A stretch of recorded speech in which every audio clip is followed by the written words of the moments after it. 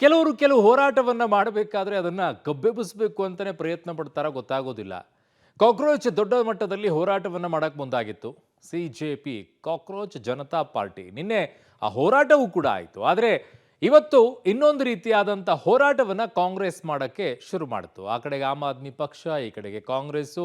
ಒಟ್ಟಲ್ಲಿ ಸಿಜೆಪಿ ಮಾಡ್ತಾ ಇರುವಂಥ ಹೋರಾಟ ಗಬ್ಬೆಬ್ಬಿ ಹೋಗೋ ರೀತಿಯಲ್ಲಿ ಆಗೋಗ್ಬಿಡುತ್ತೆ, ರಾಡಿ ರಂಪಾಟ ಆಗೋಗ್ಬಿಡುತ್ತೆ. ಅಂಥದ್ದೇ ಈಗ ಬೆಳವಣಿಗೆ ದೆಹಲಿಯಲ್ಲಿ ನಡೀತಾ ಇದೆ.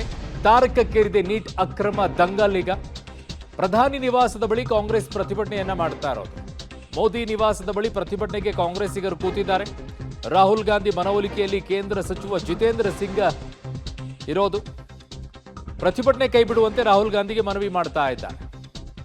ಎಐಸಿ ಅಧ್ಯಕ್ಷ ಖರ್ಗೆ ಅವರು, ರಾಜ್ಯದ ಮುಖ್ಯಮಂತ್ರಿ ಆಗಿರುವಂತಹ ಡಿಕೆ ಶಿವಕುಮಾರ್ ಕೂಡ ಪ್ರತಿಭಟನೆಯಲ್ಲಿ ಭಾಗಿಯಾಗಿದ್ದಾರೆ.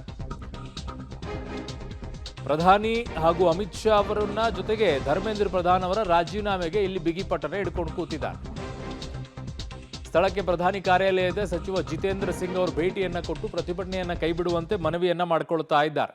ನನ್ನ ಸಹೋದ್ಯೋಗಿ ಈಗ ಶಬೀರ್ ನನ್ನ ಸಂಪರ್ಕಕ್ಕೆ ಸಿಗ್ತಾ ಇದ್ದಾರೆ, ದೆಹಲಿ ಪ್ರತಿನಿಧಿ. ಶಬೀರ್, ಏನಾಗ್ತಾ ಇದೆ ಘಟನಾ ಸ್ಥಳದಲ್ಲಿ? ಯಾವ ರೀತಿಯಾದಂಥ ಪರಿಸ್ಥಿತಿ ಇದೆ? ಕಾಂಗ್ರೆಸ್ ಇವತ್ತು ಹೆಜ್ಜೆಯನ್ನ ಹಾಕ್ತಾ ಇದೆ. ನೀಟ್ ವಿಚಾರದಲ್ಲಿ ಅವರು ಕೂಡ ದೇಶದ ಹಲವು ರಾಜ್ಯಗಳಲ್ಲೂ ಕೂಡ ಯುವ ಕಾರ್ಯಕರ್ತರೆಲ್ಲ ದೊಡ್ಡ ಮಟ್ಟದಲ್ಲಿ ಹೋರಾಟವನ್ನ ಕೂಡ ಮಾಡಿದರು. ನಿನ್ನೆಯ ಹೋರಾಟ, ಸಿಜೆಪಿ ಪಕ್ಷದ ಹೋರಾಟ ಕಾಂಗ್ರೆಸ್ನಲ್ಲಿ ಮತ್ತೊಂದು ಸ್ಪಾರ್ಕ್ ಕೊಡ್ತಾ ಅಂತ? ಖಂಡಿತವಾಗ್ಲೂ ನೋಡಿ, ನಿನ್ನೆ ಸಿಜೆಪಿ ಪಾರ್ಟಿಯ ಹೋರಾಟ ಏನು ನಡೆದಿತ್ತು ಅದು ದೇಶಾದ್ಯಂತ ಒಂದು ಸಂಚಲನವನ್ನ ಸೃಷ್ಟಿ ಮಾಡಿತ್ತು. ಹೀಗಾಗಿ ಕಾಂಗ್ರೆಸ್ ಕೂಡ ಈಗಾಗಲೇ ಇದನ್ನ ಕೈಗೆತ್ತಿಕೊಳ್ಳುವಂತ ಕೆಲಸವನ್ನ ಕೂಡ ಮಾಡಿದೆ. ಸೊ ಘಟನಾ ಸ್ಥಳದಲ್ಲಿ ಹೇಗಿದೆ ಸನ್ನಿವೇಶಗಳು ಅನ್ನುವಂಥದ್ದನ್ನ ಕೂಡ ನಾನು ನಿಮಗೆ ತೋರಿಸ್ತೀನಿ. ಈಗ ಮುಂದೆ ನೋಡ್ತಾ ಇರುವಂತದ್ದು ಪ್ರೈಮ್ ಮಿನಿಸ್ಟರ್ ನರೇಂದ್ರ ಮೋದಿ ಅವರ ಮನೆ. ಆ ಮನೆ ಮುಂಭಾಗದಲ್ಲೇ ಈಗ ಪ್ರೊಟೆಸ್ಟ್ ಅನ್ನ ಮಾಡುವಂತ ಕೆಲಸವನ್ನ ಕಾಂಗ್ರೆಸ್ ಮಾಡ್ತಾ ಇರುವಂತದ್ದು. ಇದೊಂದು ಪ್ಲಾನ್ಡ್ ಪ್ರೊಟೆಸ್ಟ್ ಕೂಡ ಆಗಿರಲಿಲ್ಲ. ಏಕಾಏಕಿ ಪ್ರೈಮ್ ಮಿನಿಸ್ಟರ್ ನರೇಂದ್ರ ಮೋದಿ ಅವರ ಮನೆಯನ್ನೇ ಟಾರ್ಗೆಟ್ ಮಾಡಿ ಅದರ ಮನೆ ಮುಂದೆನೇ ಪ್ರತಿಭಟನೆಯನ್ನ ಮಾಡಬೇಕು. ಯಾಕೆಂದ್ರೆ ಕಳೆದ 2 ದಿನಗಳಿಂದ ಸದನ ನಡೀತಾ ಇದೆ. ನೀಟ್ ಪ್ರಶ್ನೆ ಪತ್ರಿಕೆ ಸೋರಿಕೆ ವಿಚಾರಕ್ಕೆ ಸಂಬಂಧಪಟ್ಟಂತೆ ಚರ್ಚೆಗಳಾಗಬೇಕು ಅನ್ನುವಂತ ನಿಟ್ಟಿನಲ್ಲಿ ಕಾಂಗ್ರೆಸ್ ಆಗ್ರಹ ಮಾಡ್ತಾ ಇದೆ. ಅದಕ್ಕೆ ಅವಕಾಶವನ್ನ ಮಾಡಿಕೊಡ್ತಾ ಇಲ್ಲ. ಮತ್ತೊಂದು ಕಡೆಗೆ ಸಿಜೆಪಿ ನೇತೃತ್ವದಲ್ಲೇನು ಪ್ರತಿಭಟನೆ ನಡೆದಿತ್ತು, ಅಲ್ಲಿ ಮಕ್ಕಳ ಮೇಲೆ ಕೂಡ ಹಲ್ಲೆ ನಡೆದಿದೆ.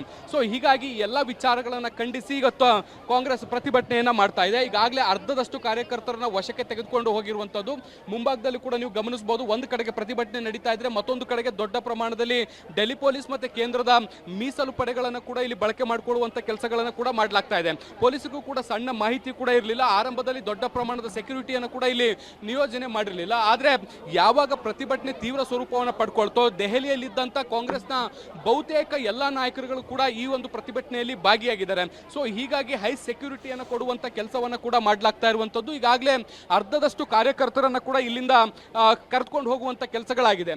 ಮುಖ್ಯಮಂತ್ರಿ ಡಿಕೆ ಶಿವಕುಮಾರ್ ಸೇರಿದಂತೆ ಬೇರೆ ಬೇರೆ ಪ್ರಮುಖ ಕಾಂಗ್ರೆಸ್ ನಾಯಕರು ಕೂಡ ಇಲ್ಲಿ ಇರುವಂತದ್ದು. ನೀವೆಲ್ಲ ಬಸ್ಗಳನ್ನ ಏನು ನೋಡ್ತಾ ಇದ್ರಿ, ಇವರೆಲ್ಲವೂ ಕೂಡ ಕಾಂಗ್ರೆಸ್ ಕಾರ್ಯಕರ್ತರನ್ನ, ಸಂಸದರನ್ನ, ಪ್ರಮುಖರನ್ನ ಎಲ್ಲರನ್ನ ಕೂಡ ಇಲ್ಲಿಂದ ಸ್ಥಳಾಂತರ ಮಾಡಲಿಕ್ಕೆ ಸಿದ್ಧವಾಗಿ ಇಟ್ಕೊಂಡಿರುವಂತಹ ಬಸ್.